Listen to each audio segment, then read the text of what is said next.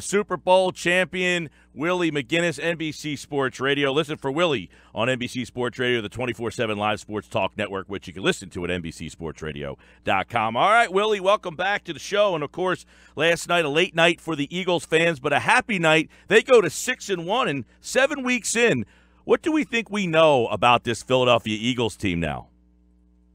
This is a team, man, I was really excited about in the offseason. I said they would compete. They would play at a high level. I'm glad they're making me look good because normally sometimes it's a 50-50 shot. But the Eagles, man, they're for real.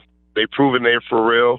The additions they added in the offseason, the development and growth of Carson Wentz, the running game, adding balance to that offense, and then having a really, really solid defense, man.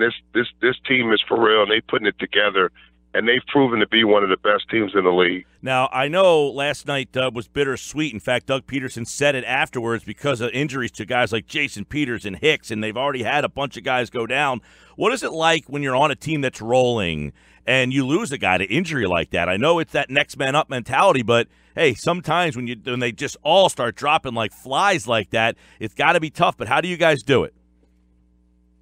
Yeah, and it's not always next man up, especially when you have a Pro Bowl guy go down and he means so much to the team. It changes things a little bit. You got a game plan a little bit different, but the mindset of the team is we got to keep going. We got to move forward. We got to play for our brother. And it doesn't stop because you got another game next week.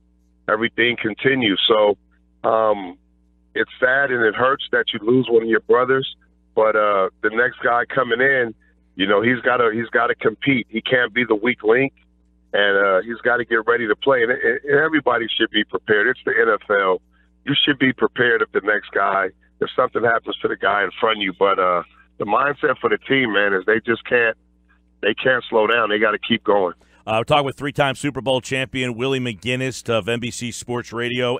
Willie, they lose Hicks, really the leader of that defense, although he hasn't played much. He makes the calls, and they lose Peters. Which is a more impactful injury, your left tackle or your captain on defense? That's tough, man. I would have to say your left tackle. He's been doing a great job of protecting, Carson Wentz, although Carson, he makes it difficult because he moves so well in the pocket and he's elusive. But anytime you lose your left tackle, that changes a lot of protections, a lot of different things in the running game, especially when you're a good run blocker and you're a good one of the better pass protectors in the league. So I would definitely have to say the left tackle position. Willie McGinest with us. All right, you played with Tom Brady, maybe the best that ever did it. What stands out about Carson Wentz? A lot of people looking at him now as a legitimate MVP candidate. Number one, do you put him in that category? And number two, what stands out about Wentz? You played with maybe the greatest to ever play the game.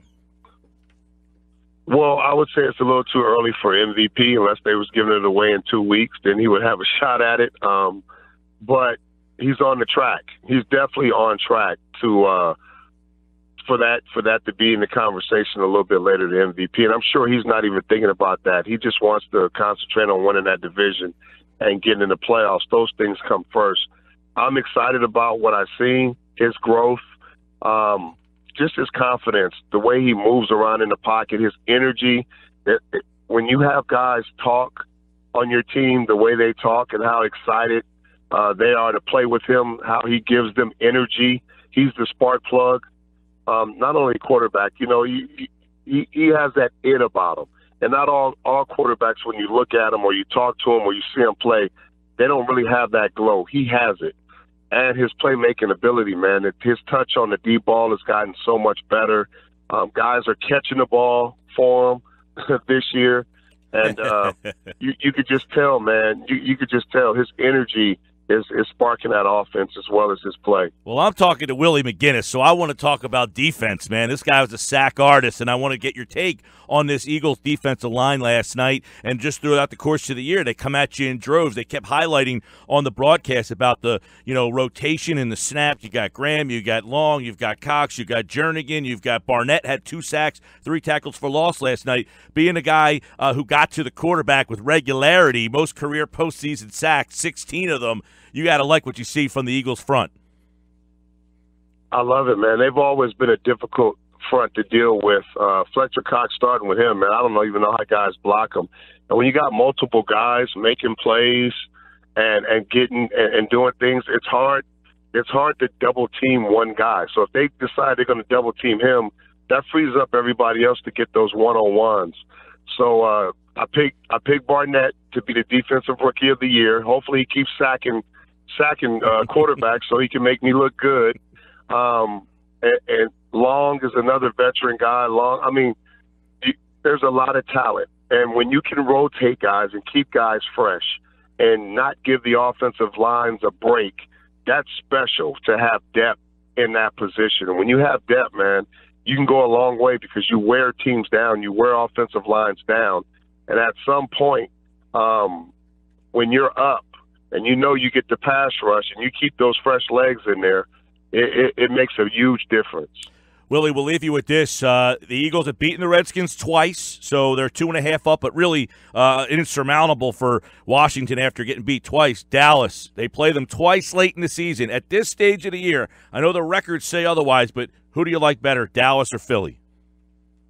Right now, I like Philly. I think they're a more complete team. I think defensively they bring more to the table. They're playing complementary football. They can score a lot of points. I know Dallas can too, but it comes down to special teams. It comes down to defense. It comes down to team who can convert on third down, who takes care of the football, the turnover ratio, the touchdown ratio. All those things play a factor. Right now, I like Philly, but guess what? They play Week 17, and traditionally, historically, this division usually comes down to Week 17. We'll see if Dallas can keep up. It'll be good to see, but looks like it's going to come down to these two teams fighting for that division. Willie McGinest, everybody, NFL Network, NBC Sports Radio. Listen to him on NBC Sports Radio, the 24/7 live sports talk network. Download the app at NBCSportsRadio.com. Willie, always a pleasure, man. Thanks so much. Thank you, guys. All right, Willie McGinest, everybody, the all-time sack leader postseason. Got 4.5 sacks in a playoff game in 2005. That is also number one in the NFL.